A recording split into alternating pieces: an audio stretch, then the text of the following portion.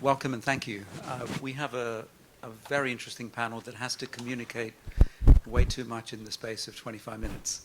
So I'm going to kick straight into it. We have people with leadership, national leadership, policy, and particularly experience in investment and capital flows. So we will dig straight into it, and I will start with President Türk. Danilo, would you mind defining what is it that is global public investment? What is the scope of it and the potential scale and impact of it? Well, I'm glad that this question is put so directly, and I hope that we'll have a discussion of this question because, you know, in the international development discourse, there is always a tendency to simplify things to a particular concept or particular formula. And I think that here is an obstacle to productive discussion and effective results if we don't grasp the concept comprehensively enough. And let me explain this with reference to some of the past experiences, which I think are highly relevant for discussions today. You see, I have been involved, I'm old enough to remember the discussions between 1960s, 1970s, and 1980s, when it was felt that initially, that in fact what is needed is a push for development and a kind of a trickle-down process. That was the expectation which was dominating in 1960s, and then slogans like trade, not aid, started to flourish, and expectations were high. Now in the 70s, it was discovered that this is not really complete enough, and then the emphasis changed towards national sovereignty over natural wealth and resources. It was felt that, all right, there are many things that contribute to development, but national sovereignty is critical.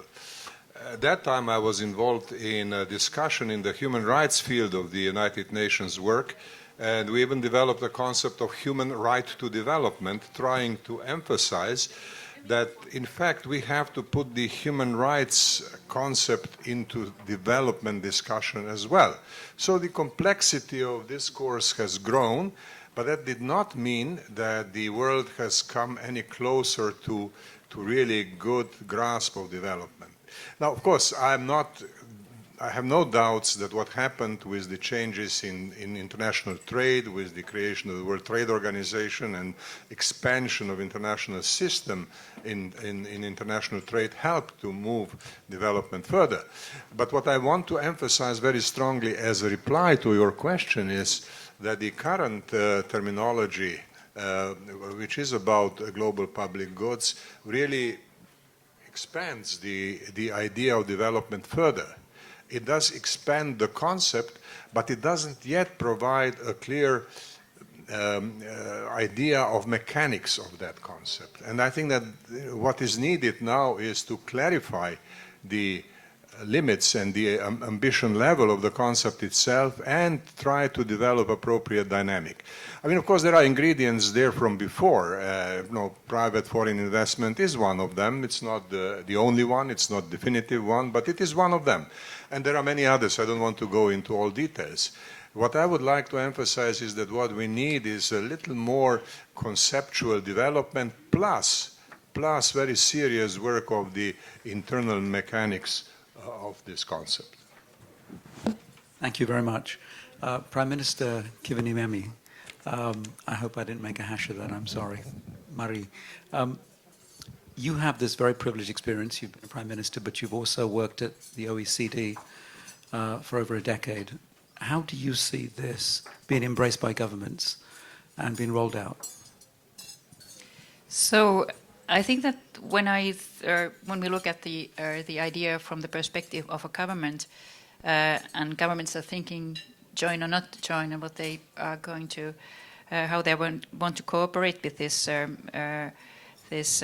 idea, and I think that the first question they have in mind, what is their national interest, and I think that for many countries, any new framework to be viable, so leaders really must be able to explain to their citizens why it matters. And global public investment really provides that rationale. We know that it's not charity, but an investment in stability, resilience and security. And we all have seen during pandemic wars and in the face of climate-related disasters that risks do not respect borders. And all the governments struggle with trust. Citizens don't trust governments. And one of the reasons, according to OECD surveys, behind the mistrust in government is that citizens feel that the governments are not able to tackle the long-term challenges. So this GPI could be one of the new solutions to tackle these long-term challenges, like climate stability, health preparedness, and digital inclusion. And by that, countries could protect their population as much as those of others. So my second point is that complementarity with ODA will be decisive. Donor countries have invested decades of political, financial and institutional capital in building the development cooperation system, and they will not abandon it, at least in the coming years. So GPI will only gain credibility if it is presented as a complement, not as a substitute. And by creating a channel dedicated to financing global challenges, GPI allows ODA to remain focused on poverty reduction and the most vulnerable, while modernizing international cooperation in a way that it's politically sustainable at home. To succeed, GPI must be designed in close dialogue with existing institutions and mechanisms to avoid duplication and ensure efficiency. And third point I would like to make, and what is very important also when we think about trust in government, is fairness and governance. They should be very closely scrutinized and will be very closely scrutinized by the governments. They will not accept a system that replicates the old donor-recipient dynamic, and they will certainly look for burden sharing with all countries contributing according to capacity and for decision-making that gives voice to both North and South. And from Finland's perspective and from our long engagement, for example, in the OECD and other multilateral fora, we know that inclusiveness and fairness are what create legitimacy and make a commitment durable. Really for GPI to succeed, it must be seen as a joint endeavor of North and South, and it cannot be framed only as a demand from developing countries. Governments in North must also recognize how much they stand to gain from investing in global resilience. And that requires a clear narrative, one that resonates with citizens everywhere. GP is not charity, it is shared security and shared progress. And fourth, governments will want evidence that GPI delivers. Political leaders cannot commit public funds to something that remains theoretical. So they will for sure expect pilots and early initiatives to prove that GPI achieves results, avoids duplication and adds efficiency compared to existing mechanisms. So demonstrated effectiveness really is the best argument to secure support from governments and approval from parliaments, and also maintaining public support. So partnerships with civil society, philanthropy and the private sector can help broaden the base of resources and innovation. And finally, governments will consider how GPI fits into the broader reform agenda. The follow-up to the Financing for Development conference in Sevilla has opened discussions, as we all know, on debt, taxation and climate finance, even at a broader basis. So donor countries will be, for sure, inclined to support GPI if it's embedded within this wider reform effort. And framed in this way, GPI is not a side initiative, but a practical tool that helps modernize the international financial system, makes cooperation more coherent, and also strengthens resilience for all. Thank you. Thank you, Prime Minister. Simon, I have a question for you which follows from that, which is Seville was a test, I guess. We didn't have the support of the US state. There were lots of Americans there, but not the US state. What came out of it for global public investment? Yeah, thank you, Ketan. And I mean, I think firstly, just to say, we've heard already a few of the key attributes of global public investment that make it, first of all, distinctive, but as you were saying, Prime Minister, comparative also and supportive of ODA agendas, but that also make global public investment, GPI, a new framework. Now, one of the advantages, Ketan, to having a new framework is that we have the opportunity to also build the principles and the rules that will govern that framework together. So whereas many of us have worked within the ODA system for decades and found new ways to generate new capital growth out of the ODA system, blended finance, de-risking and so forth, all of which tries to build upon the existing use of public funds in international flows, we now have the opportunity with GPI to build a new framework where we can actually think of more innovative capital stacks. We can think of new ways of bringing public and private finance together in order to ensure that the things we finance are themselves creating value that will further allow investment opportunities. So what we are hoping to achieve with GPI, and I think now we have the vehicle to do it, and I'll say a little bit more about that because it comes out of Seville. What we can do now is broaden the base, not only of donors, because we're bringing in new non-traditional donors into this system, sovereign wealth funds, but also sovereign donors and private capital. What we're able to do is actually now broaden the base of investment opportunities more broadly. You know, the risks and the global challenges that we talk about in climate, in health, and we've just come out of a pandemic, there's a worsening climate emergency. These are crises we need to seize, but they are also investment opportunities. And this is where GPI comes to the fore. Now, Seville was a moment in an evolution of a much longer running process around global public investment. This is an idea that has emerged from academia, from work within development, but it's also emerged from a series of consultations over many years with civil society and with governments from all parts of the world. This is what makes it distinctive. And what we have now post-Seville, because the Spanish government, I think, were absolutely right to recognize that a new framework for development cooperation that did not have actionable ways of implementing those development cooperation commitments was not going to succeed, and furthermore that we don't have the time as a global society for it not to succeed. We cannot have, in 10 years' time, another financing for development cooperation agreement that looks back on 10 years of moderate success. The challenges we confront are much more serious, and they need a much more serious systemic response. This is GPI, and thanks to the Spanish government and UNDESA and others who put together these Seville platforms for action, of which the GPI vehicle is one, a coalition of governments and international organizations on GPI.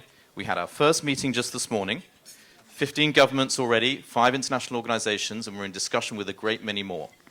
We want this coalition to grow and to be the space where we answer President Türk's absolutely critical question at the beginning, which is how do we do this? What are the mechanics? This is what we will work out together with our partners in the international organization sector and with governments. And so this coalition, which will run for 3 years along with all the other Seville platforms for action, will hopefully connect with other platforms for action on tax, on debt, and so forth. This is the space where we can bring together public and private actors to really rethink what development cooperation needs to be like.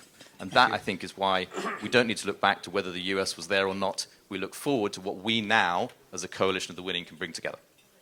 Thank you. Thank you. Thank you very much.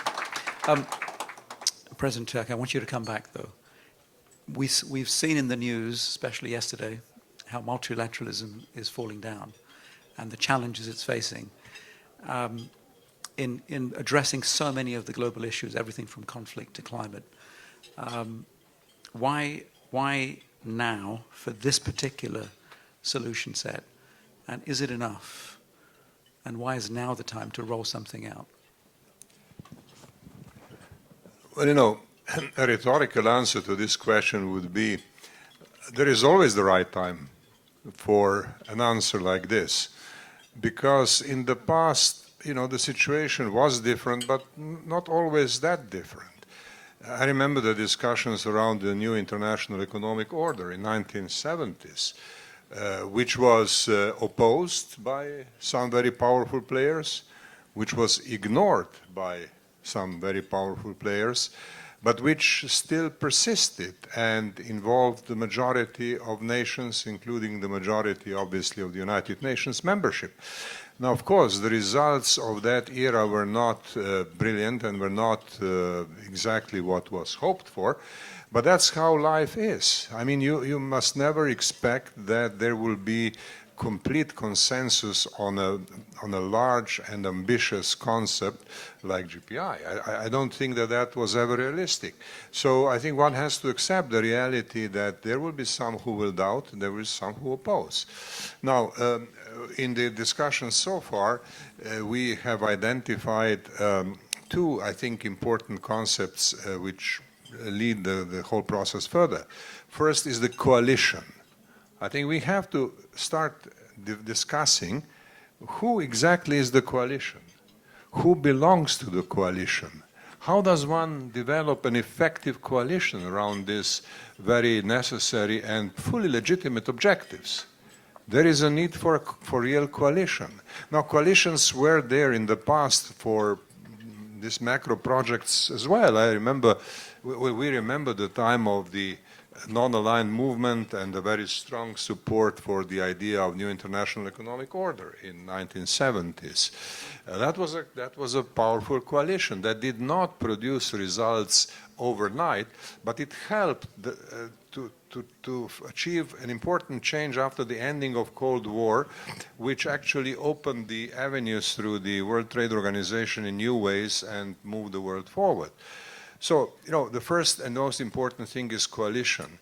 And then when we talk about framework, we have only very, how should I say, fundamental contours of the framework emerging.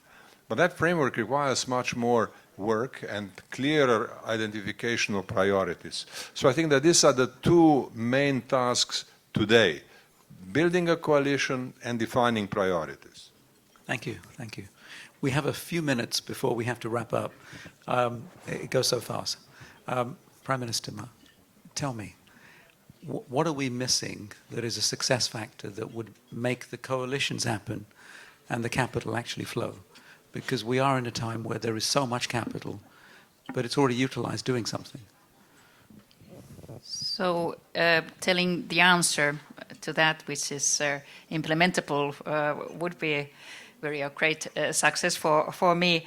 But I think, and I want to echo what Danilo just said about the importance of this initiative exactly in these times, and that is exactly as you said, that there is more money actually to be used, but at the same time many countries are not donating as much money to ODA. So these are challenging times. But I think these are exactly when the times are challenging.